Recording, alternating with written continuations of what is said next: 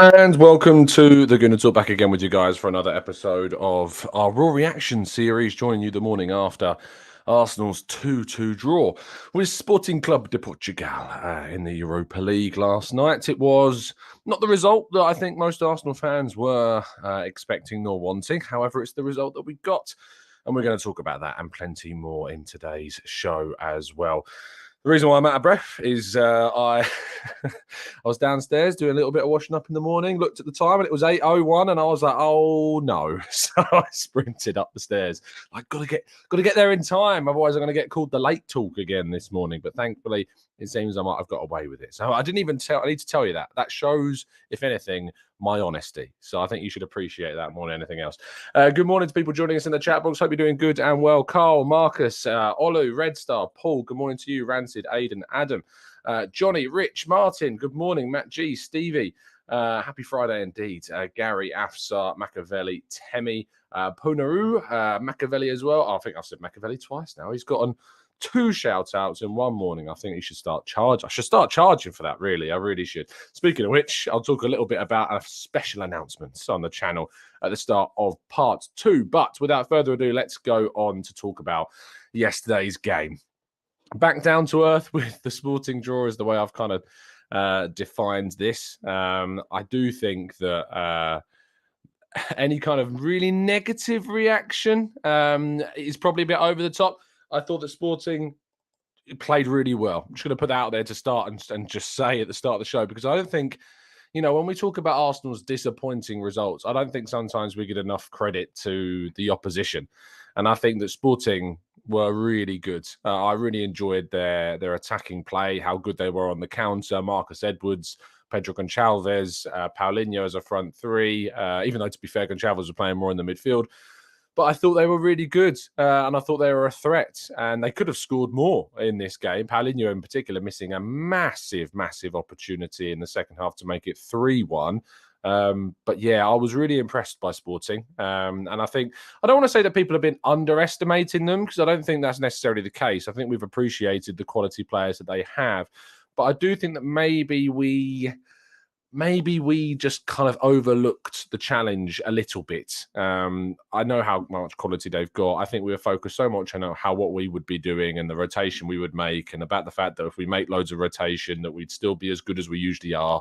But yeah, I thought this was going to be. I thought this was going to be a relatively, I don't want to say comfortable win, because I think that would be underestimating Sporting. But I did. This was the game I wanted. This was the team that I wanted to face. So I guess maybe I underestimated them a bit. It's the full circle that I've just gone round in. Maybe I did underestimate them a little bit, but they are a very decent side, and I think they did very well last night. So there you go. Anyway, let's go on to some of the specifics from the game. I thought William Saliba is back to his best. I thought that was one of his best performances last night. The goals we conceded, I'm certainly not pointing the finger at him. His tackling, his goal that he scored, his recovery pace, his composure in those tight spaces defensively. I thought he was the shining kind of light in what was a relatively disappointing defensive performance. And there's a lot of question marks that we're going to point at the defense, but I thought William Saliba stood out by himself, and the words "he can't do this on his own" probably come to mind. Saliba was absolutely fantastic. Ben White looked shattered by the end of the game. This is why I'm saying, I really want to see us go out and sign a new right back in the summer that kind of gives us a different style to what Ben White. Not because I think Ben White's not been good enough. It's just because I think we need some more variation in the options that we have at right back. I see Tomiyasu more as a left back, and I'll come on to him in a little bit. But I thought that Kivior, if we're going to have a little brief chat about Kivior, as debuts go, it wasn't the best debut in the world. And I thought I saw an interview, I think it was on AFTV actually, a guy on there saying that, look, I've seen plenty of Arsenal defenders have brilliant debuts and go on to not have great careers at Arsenal. So don't judge Kivior after one game, I think it's fair to say. I was actually quite happy with him in the first few minutes. There was a moment where he came under a bit of pressure, was composed, took the ball out of the defence, played a couple of good passes. But the longer the game went on, I think he just lacked confidence. And for a player that signed in January and is not getting his debut till a third of the way through March, maybe there's something to be said about that. I thought he played like a player that didn't want to put a foot wrong. And when you play a little bit like that, it can lead to mistakes, and it can lead to. I think there's a moment in the first half, with the corner that Ignacio scores, and to talk about Matt Turner as well, and this kind of talk about the defense. A lot of the people that said, don't blame Kivior for the corner. Matt Turner calls for it. He should get it. And I'm not saying that's wrong. I think that's fair, as a fair comment. Matt Turner, if he calls for something, he has to get it. But there's also part of me that thinks if that was Gabriel or if that was Saliba in that moment and they heard a call and they were confident that they could head the ball clear, would they take matters into their own hands because of their own self-belief and confidence? I don't know if that's too much of a stretch, or I don't know if that's too harsh on Kivior. But and it's not to say that he's not good enough. It's just to say that I feel as though if that's Kivior after a year, I think that Kivior maybe has the confidence to just say, no, sorry, Matt, I'm going to take this header myself because I'm going to back myself to clear the ball and not rely on somebody else. I know that sometimes, a lot of the time, you should listen to your teammates, especially if they call. But I think if Gabriel or Saliba's in that moment, I think they might go for it themselves rather than hear to the call. But to be honest, for me, Kivior, in terms of debuts go, it wasn't horrendous. It wasn't really bad. It didn't make me think any less of him because I've seen what he's capable of doing. I've seen what he's capable of achieving in Serie A with Spezia. I saw his under-21s game where he looked really good with his distribution. So certainly, we're not writing a Kivior off by any shape or form. Just a bit of a tentative, lacking in confidence debut, I think, from him. Continue with the defense. I think we found a little bit of Zinchenko's kryptonite. Now, what I want to do is I want to caveat this brief Zinchenko section by saying I love what he does with the ball. I love the way in which he kind of takes players on and he fools them into thinking he's going to go one way, and then he bursts into a little bit of space in the midfield, finds those little reverse passes through to the box. What he does for Arsenal in terms of their build-up and in terms of their creativity is spectacularly good. And he makes me make noises that no one should hear me make a noise when I see him pass. But you just watch some of those and you're like, that is special. He's one of those players that makes you get off your seat when you watch him play. But defensively, I thought that this was the game where we really saw that right space for the opposition. Our left back space was quite exposed, and I thought Zinchenko's kryptonite was kind of found out. And I don't want to describe him as a liability. And Charlie, I think you're wrong to describe him as a liability, because if you actually look at Arsenal's defensive record with Zinchenko in the team, it's actually pretty darn decent. And I think that to describe him as a defensive liability would be incorrect, because the stats show that certainly isn't the case. But when it comes to certain games against certain opposition that just have this ability to kind of chip the ball in behind or play the long ball over the top or to turn over possession quickly and counter, that is where we are going to be exposed. That is where we are going to have to deal with the drawbacks of having a stylistic player like Zinchenko in the team. And I think that with Tomiyasu, coming on really solidified that back four. And I thought that his presence in the left-back position enabled us to gain control of the game once again. And I think that Tomiyasu, really did make up for that display he showed, which was really poor at right-back against Bournemouth. He was really poor against Bournemouth. But for me, I think that in terms of Tomiyasu coming in next Thursday, I would start Tomiyasu at left-back. I'd like to keep Zinchenko in the team, and that's why I'd move Zinchenko into midfield, because I just think he's so important. Are so key to what we do and how we build up play that I don't want to drop Zinchenko at all. And I still would start Zinchenko at left back against Fulham. And I think that Gabriel being back in the side is also going to really help with things. And I agree with Ben in the chat. Absolutely. This is why Gabby is so key, playing that left back role. I think he covers so much of that area that Zinchenko leaves absent when he moves forward. But I think that Tomiyasu brought in that level of kind of foundation that we could then build from. And that's why in the last kind of 15 minutes of the game, we were able to kind of take back control. And it was a case of only one team is going to win this from here if they score, and that's going to be Arsenal. And that's how it felt in the last 15 minutes. Unfortunately, we weren't able to create the clear-cut chance that we needed. But I just felt next week, I think, considering what's at stake and it's in a knockout competition, start Tomiyasu, make a decision between Zinchenko and Xhaka in midfield, and go from there. I just think that's the way in which I think we need to play ultimately for next Thursday's game. But Zinchenko starts a left back without a shadow of a doubt on Sunday, because I'm looking forward to us being a dominant force in the Premier League again.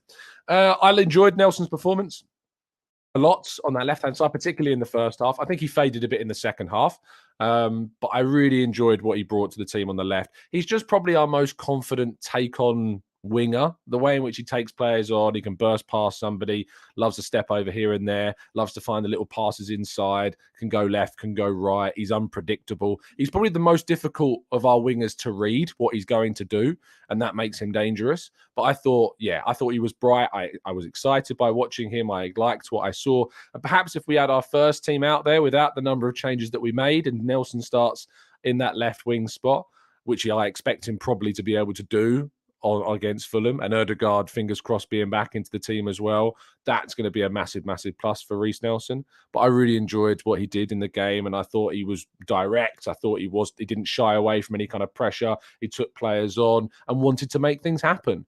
And that, for me, is the most important thing for Nelson. He needs to show confidence. He needs to show what he's capable of doing. And I thought he did that in this game. And I would absolutely start him again on Sunday against Fulham.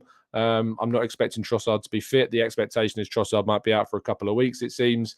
And with Gabriel Jesus yet to come back, we don't have that many options. Smith Rowe, I don't think, is ready at all. So it should be Nelson, Saka, Martinelli, Ødegaard as the front four, with Xhaka, Partey, Zinchenko, Gabriel, Saliba, White, and Ramsdale back in as the team. And of course, we'll bring you a preview tomorrow. Should be having a preview tomorrow for the Fulham game. So that's the plan, unless I somehow manage to squeeze it in this evening, but I'm not sure I'm going to be able to do that because I'm out. But yes, tomorrow we should have a preview show for you. But Nelson really, really did like his performance. Now, we need to have a chat about Fabio Vieira, because I'm quite frankly getting a bit sick and tired of this stigma and this stigmatism that is getting attached to Fabio Vieira. Fabio Vieira at the moment has come to the Premier League, and there's an argument going around that he needs, and I put emphasis on the word needs, to bulk up. And I think this is just a little bit, I think lazy is too harsh of a criticism on the terminology, because I don't think it's lazy. I just think it's getting to the point where whenever we see Vieira on the field, it's like he needs to bulk up. He needs to put on some muscle. And I just think that it's not fair to continue adding this attachment to Vieira. That's not who Vieira is. And to be honest, I think you could stick the guy in the gym for a year, and I don't think necessarily you're going to see him come out, vastly different. And maybe even if he put on loads of muscle, it would change his game. So I just want to get that bit out of the way first. Vieira was good yesterday. He was demanding of the ball. He was creative. He was direct. He put in a perfect corner for William Saliba to score the opening goal. He's not Martin Ødegaard. He's younger than him. He's not been playing at the same level as him for a significant period of time. Ødegaard is further along his development than Vieira. And I think Ødegaard is frankly a bit of a freak of nature in terms of some of the things that he can do. But Vieira is a good player and provides us some really good depth to that attacking midfield position. That price tag of £34 million, of course, is going to get attached to him as well, and people are going to start expecting performances of a £34 million player. But look, I get frustrated when we start attaching price tags in this kind of region to players and assess them based on that. Kivior cost us 20 million quid, and we're only talking about a player that cost us 14 million quid more than that. And I don't think we can attach the price tag so critically to the player. And the lightweight thing really gets on my nerves. Really, really does get on my nerves, because it's this kind of easy, when we finish watching Vieira, you just see it all over your social media that, he's too lightweight, he needs to get in the gym, he needs to bulk up. I don't agree with it. I think it's a really kind of It's just too easy to tag that onto the end of every single Vieira performance without actually looking at what he does. He doesn't need to improve his bulk. What he needs to improve is his quickness of his decision-making, the quality of his decision-making, and sometimes the delivery and the final pass and the final shot. That's what needs to improve. And if that shot that he had from outside the box went agonizingly close to Adan's left post, nestles in the bottom corner, we would not be talking about his weight or how much muscle this guy has got. We'd be talking about the fact that he'd made a really good contribution, which he did anyway with the corner and with the number of chances he created in the game as well. And it just frustrates me that sometimes I think we're so quick to just jump on the bandwagon of, oh, someone said he needs to bulk up, so I'm going to think that, and I'm going to think that he needs to bulk up, when in reality, it's really not that much of a priority for him as a player. His priorities are in so many other areas of his game, in terms of his final ball, in terms of being a bit more confident, in terms of being a bit more direct with what he needs to do, and his quickness of his decision-making. These are the things that he genuinely needs to work on. But as soon as we see like a performance from him, it's like, no, needs to bulk up, needs to get in the gym. And I just think I think it's a bit ignorant of what actually needs to be improved in his game. And we're just kind of jumping on the bandwagon of what a couple of people have said on social media. And I think actually, whilst let's go for Seb, who says he was targeted by Lisbon, I actually think that he rode a lot of what Sporting did to him really well. And yes, he went down a couple of times. There was one instance in the box where he went down as well. I get that, and that's fine. He's still transitioning to playing for an English team and coming from, the continent, where a lot more of the kind of the falling over antics do take place, if we're being very honest.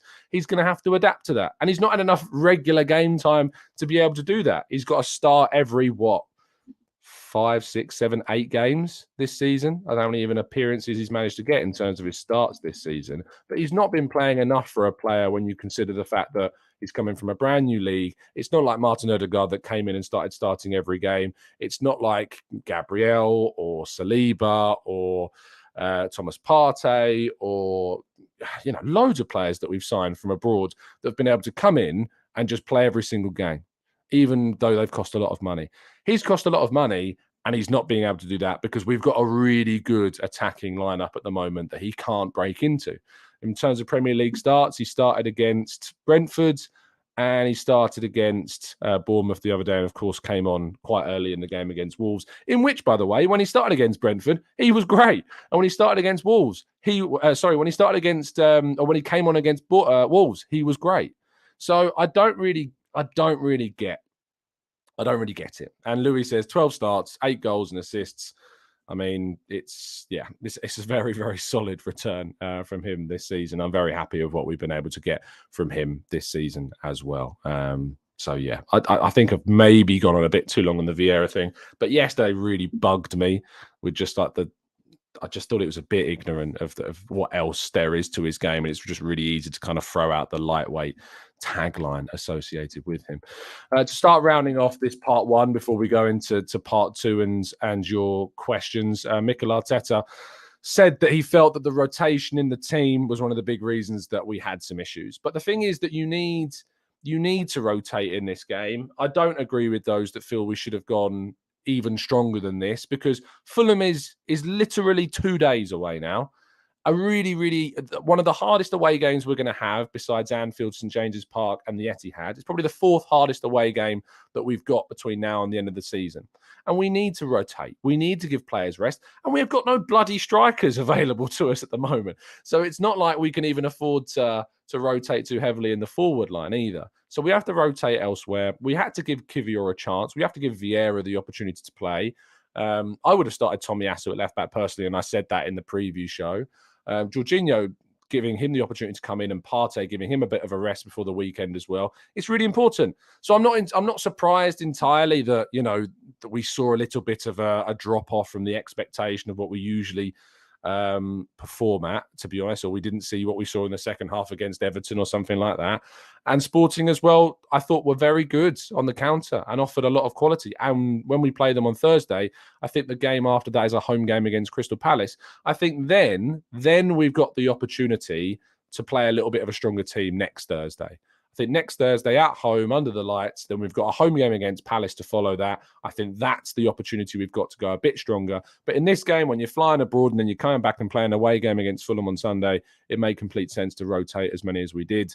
And I'm fine with that because hopefully Odegaard will be back. Hopefully, who knows when Gabriel Jesus will be involved. Kieran Tierney was ill as well, which didn't really help things either. It's only a minor thing with him. It was precautionary why he wasn't included in the squad. Same with Odegaard. So there's a little bit of a bug going around because Fabio Vieira was supposed to do media duties on Wednesday and he couldn't because he had a sore throat. And I mean, I didn't even bring that up about Vieira, people saying he weren't great. He was ill the day before the game. So, to come out and play like he did again, I thought was good. Odegaard's just ill. Davids, don't worry about him. He's hopefully will be back on Sunday. We'll have to wait and see if indeed he has recovered. But he did travel. They didn't feel like it was worth. If you play when you're ill, the impact that can have on your body is not great. So it was probably the best idea not to start or not to risk Odegaard. In terms of Eddie Nketiah, we're still waiting for more information on him. Arteta never wanted to rule out a long-term absence, but it seemed to be an injury to his ankle that they're still waiting to get further clarification on. He didn't train on Wednesday. Trossard didn't train on Wednesday, and there's no expectation that either of them will be available at the weekend. I'm wrong, and I'm hoping that they come back, but there isn't an expectation from my perspective that they are indeed going to be back for then. Now, before we go into part two, I need to tell you, of course, about our Europa League rivals and their results over the course of yesterday's games. Union Berlin and Union Saint-Gilloise played out a fantastic game in Germany, 3-3 on the night. The Belgian side will be confident of trying to get a win in Belgium next week. That's going to be one to keep an eye on because Union Berlin have had a fantastic season in the Bundesliga and really been competing at the top of the table. So they're ones to watch. And if Union Saint-Gilloise, who they both played against one another in the group stage, and the Belgian side did really well as well. So yeah, let's wait and see what happens there. Leverkusen against Ferencváros, 2-0 winners. You'd expect them to progress now, although they did lose their home game against Monaco in the last round and then smashed them away from home. So who knows what's going to happen. Jose Mourinho's Roma did really well, I thought, to beat a very good Real Sociedad side 2-0. Sevilla surprised me as well. I thought Fenerbahce might do quite well in this, but a 2-0 winner there. Let's see what happens in Turkey. And then Freiburg, I think, had a goal ruled out in a 1-0 Juventus win. I think Freiburg will be relatively happy with that result. We'll be looking to try and get a 2-goal swing in Germany next week. Manchester United played a full-strength team against Real Betis at home and certainly got their just desserts for that with a 4-1 victory to really turn things around. I don't think they have much choice but to play a full-strength team, A, because Betis is a very good side, and B, because they lost 7-0. Just going to say that again. They lost 7-0 against Liverpool, and they needed a response, so I'm not surprised they played a full-strength team in response to that absolutely hilarious defeat to Liverpool. And lastly, Shakhtar Donetsk and Feyenoord played out one of the funniest goals I've ever seen. The centre-back, Ratchitsky, I think it was, scoring with his backside. An amazing goal from a corner. If you've not watched it, I definitely recommend going and finding it because it's worth just watching it. So there you go.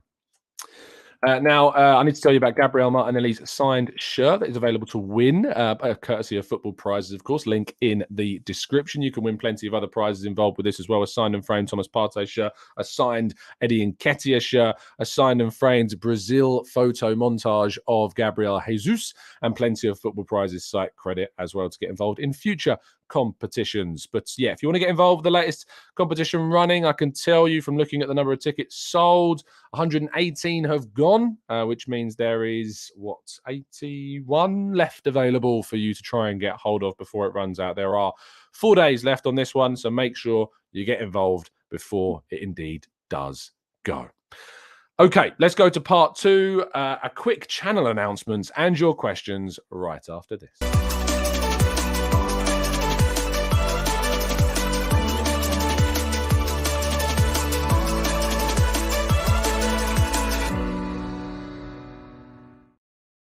Okay, let's jump into the chat box in a second because there's a couple of things that I need to talk about with you before I do that. First of all, I'm very, very happy to say that the Gooner Palooza tickets for the Chicago event go on sale today. Make sure you go head over to the Chicago Gooners website to get all the information regarding when and where you can get hold of them. There is, as far as I'm aware, about 180 available. 40 of those, 40 of those are VIP. So make sure if you want to get their like front row seat sort of thing.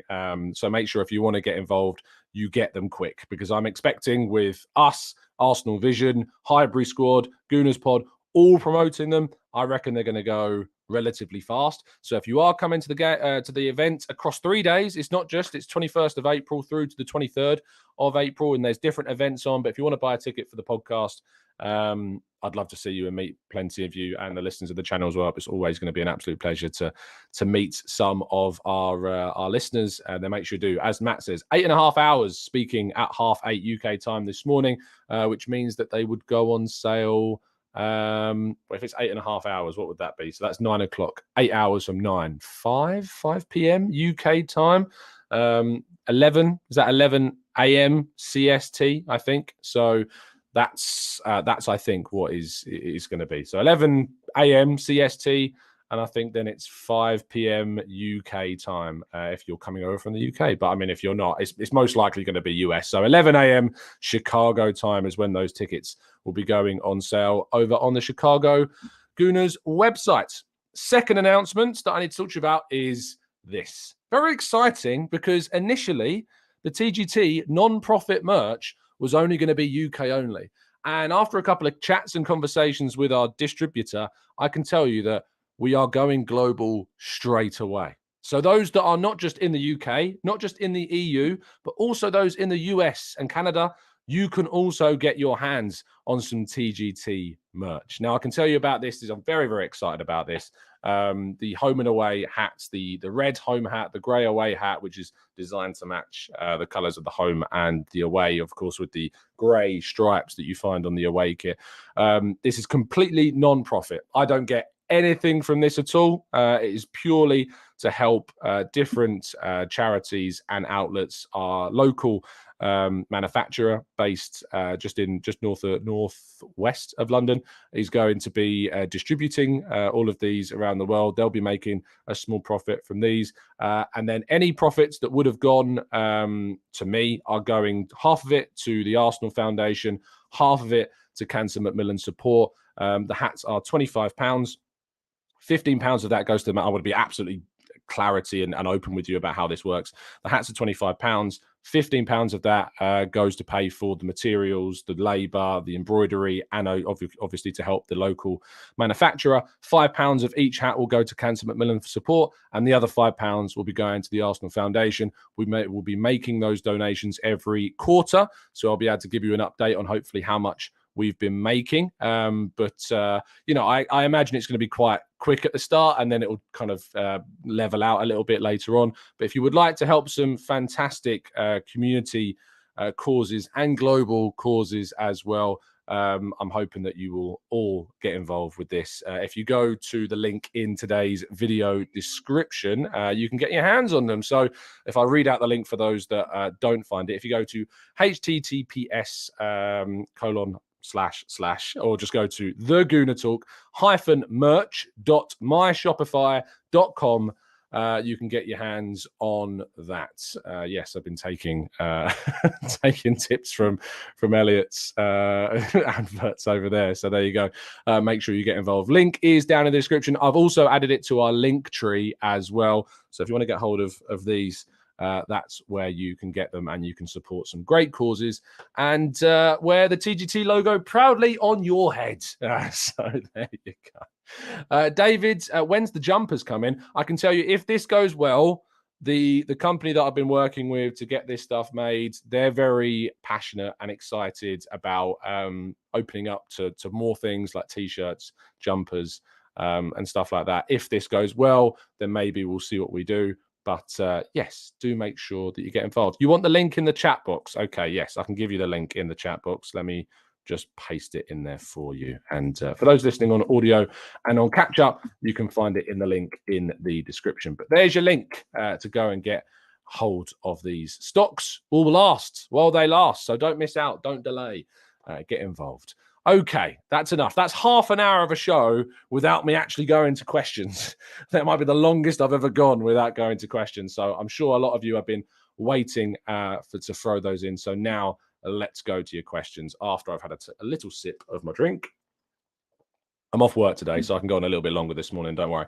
Yomi says, Tom, why do Arsenal fans feel the need to always scapegoat players? Either we win, lose, or draw. One player is always dragged in the mud. What do we have to do to change this as a fan base? It's a difficult question. It's one that I agree with, and I've written about this on numerous occasions. There's been different points in time where different players in this current team have obviously been the victims of becoming a bit scapegoated. At the start of the season, Gabriel Magalhaes was certainly that player and becoming a bit of a scapegoat. And I wrote a piece all about kind of breaking the myth that needed to be broke about Gabriel Magalhaes and talking specifically about what he did brilliantly. And I think we've seen him in the second half of this season really turn heads and really change opinions. I don't know why there is this desire to always find somebody to kind of point fingers to more than others. Vieira, I fear, is going to start becoming that player, and I hope that we can do our due diligence to make that not the case, especially with this whole lightweight situation that he's got tagged onto him. But I really hope that we can stop the scapegoating and stop picking on individual players. I get that some people like some players more than others. I get that some people might not like a player, but try to be objective in kind of breaking down. Xhaka always faced that and obviously turned things around significantly. Nick says, Tom, will Kieran Tierney be here next season? I doubt it, Nick. I think he's probably gone, mate. I think he's gone in the summer. And I don't blame him. You know, he's not getting minutes at all this season. Tomiyasu's gone ahead of him into that second choice left back position for me.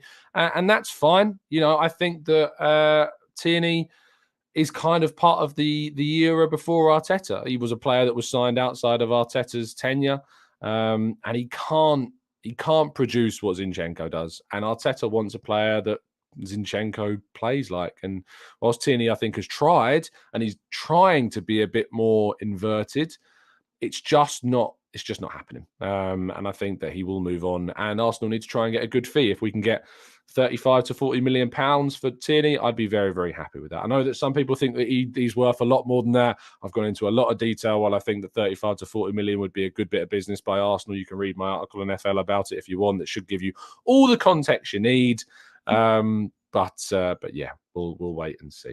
Let's go to Pramod, who says, I'm not criticizing Vieira, but unable to understand his role/style. He doesn't seem to have the silkiness to be a 10 and not someone who makes powerful runs. Not a Xhaka type in robustness. I'm trying to learn. I'm not criticizing Vieira, but I'm going to label 3 criticisms. I'm only joking, Pramod.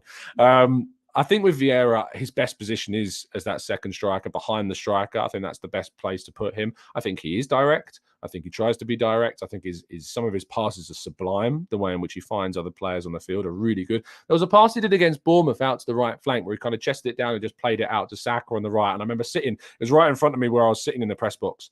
I was just looking at it like, woof. That is class. And I think that he's got that capability of playing in some fantastic balls into the box. It's just about consistency. And when you're not starting every game, I'm not surprised that consistency isn't necessarily coming. Ray says, why are we conceding goals so easily lately? Lack of pace in midfield, the right or left back out of position. Do we need to change the style in certain games? Ray, I think it is ultimately part and parcel of a team that wants to attack and wants to commit bodies forward. That is ultimately going to lead to more vulnerabilities at the back. The big issue I've got, and I think again was exposed last night, is the set piece problem. It is becoming a problem. We are conceding more goals than we need to from set pieces, and we should be better from set pieces, and we need to be better at defending set pieces. I think that when it comes to Nicolas Jova and what he did last season, we've clearly seen that there is a way of making us more resolute and better defensively from set pieces. But maybe teams have just worked this out a little bit. Maybe they've done their digging on what needs to be, kind of looked at. But we need to be a bit better from set pieces. I don't want to go back to Zinchenko. Obviously, we've lost Tierney or Tomiyasu playing left back, and then suddenly you're a little bit more vulnerable in the box. I'm not sure if that's had something to do with it. I don't know if Jorginho being in for Partey in some of the games we've considered from set pieces has something to do with it because of the lack of height there. I'm not sure, but it's something that needs to be addressed. That is for certain. Dirk says, I disagree on the physicality. There's nothing wrong with bulking up. By the way, I never said once that there was anything wrong with bulking up. I've said that I think that it's a it's something that's prioritised too highly for a player like Vieira.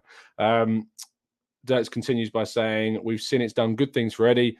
Ozil in the past, although that's not the cause of his performances, it can never be a bad thing. And as I said, I don't think it's a bad thing to bulk up. And he is going to do that. I think he's even said publicly he's going to try and put some muscle on. It's never been about me saying it's bad or it's not needed. It's me saying that I think that there are so many other things that need to be focused on before we start thinking about how much muscle the guy's got.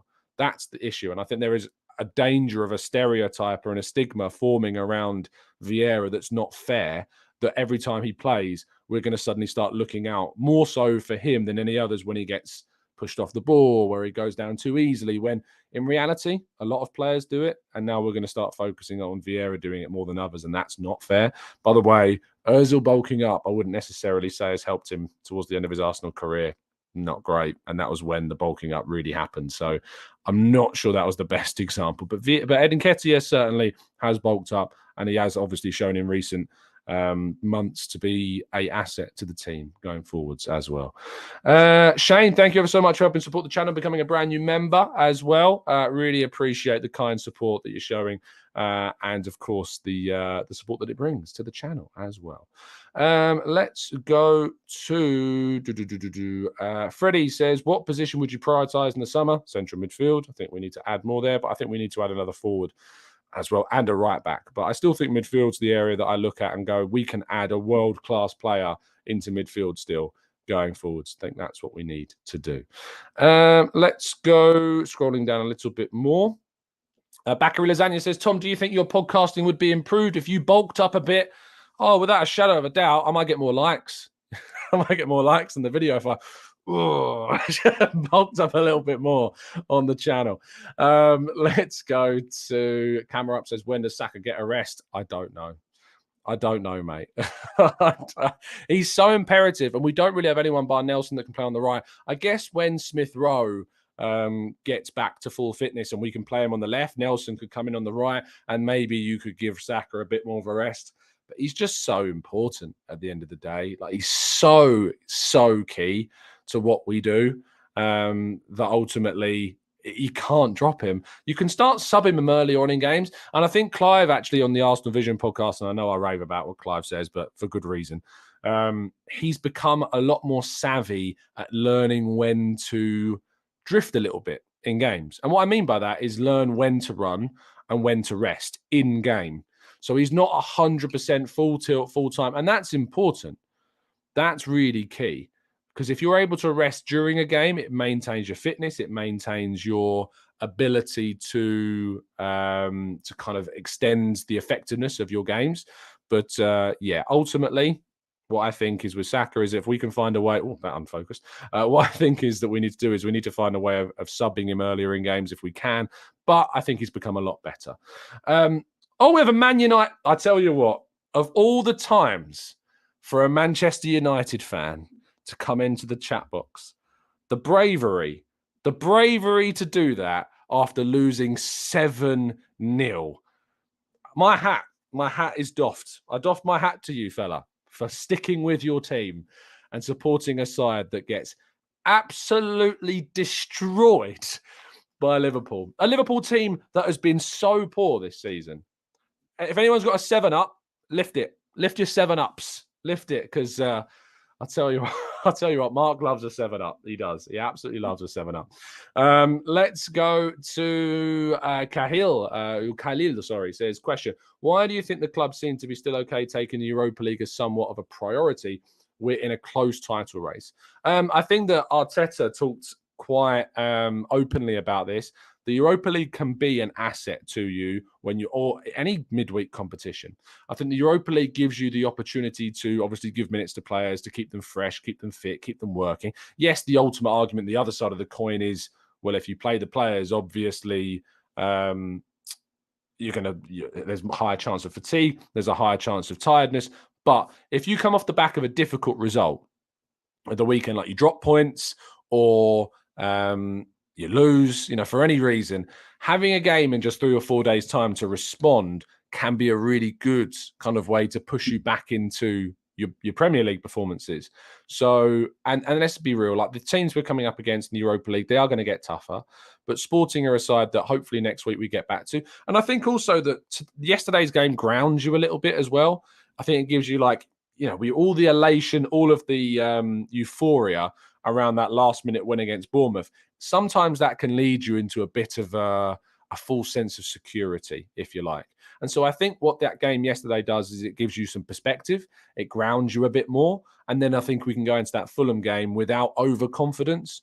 Say we won last minute against Bournemouth and then we smashed Sporting, something like that. I think maybe that can send you into games with the wrong mindset. So I think you can look at actually look at the things more accurately and more effectively by playing those Europa League games in midweek. I'm not even going to block the Man United fan because it's quite funny. It's quite funny. Immediately after getting, I can tell you what, I'm not going to highlight his comment, but I can tell you what, for those listening on audio platforms and those listening on Catch Up that don't have the benefit of seeing the chat box, as soon as logic went out the window, as soon as banter got too much, he got abusive. And that's just the funniest thing, is that you find it happens online all the time. As soon as someone is just mentally outthought, abuse in the chat box. Let's start insulting people, because that's always the way to go. Yeah, always the way to. The really smart people drop abuse. That's what they do.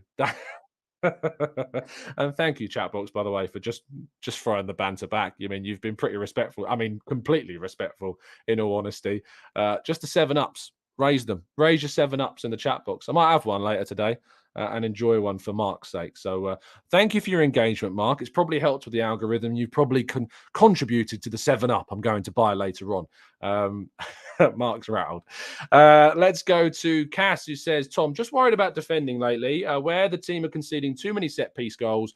Will have to tighten up for all of the remaining games, and the team will have to play in the Premier League and Europa League. Yeah, defensively, as I've mentioned before, I think the key issue for me is the set pieces. That's something that we're going to need to really kind of we're going to have to look into being a little bit more savvy and stronger, and that ultimately is what we need to improve on, is just being better from set pieces. If we can eradicate those goals, then what we need to then we've solved a massive kind of leak in the defense. If you can limit that to 20%, you get it down to 1 goal every 10 games rather than 1 goal every 2 games. All of a sudden, you've limited significantly the number of goals that you're conceding across the season. We just need to get better at that.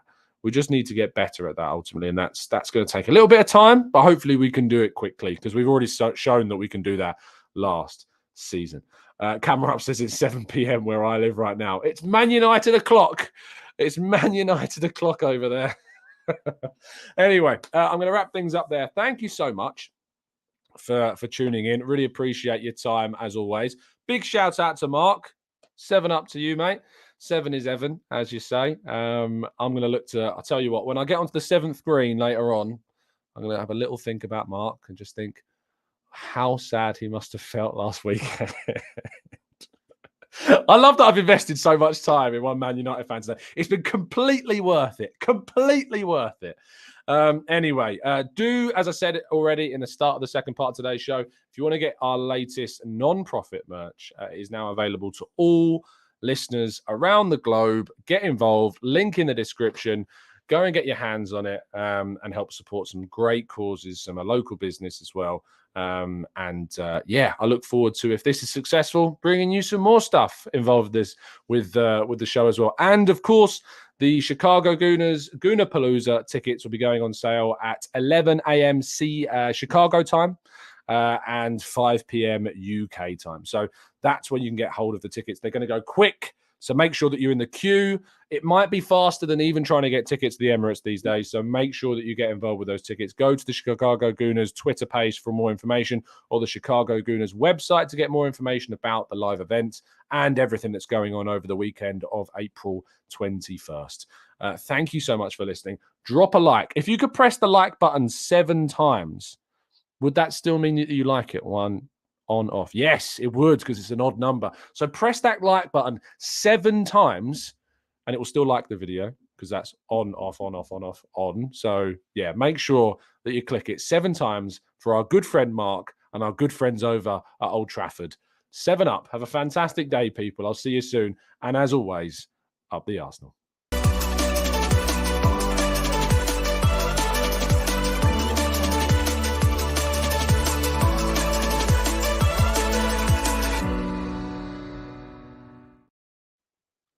Seven goals.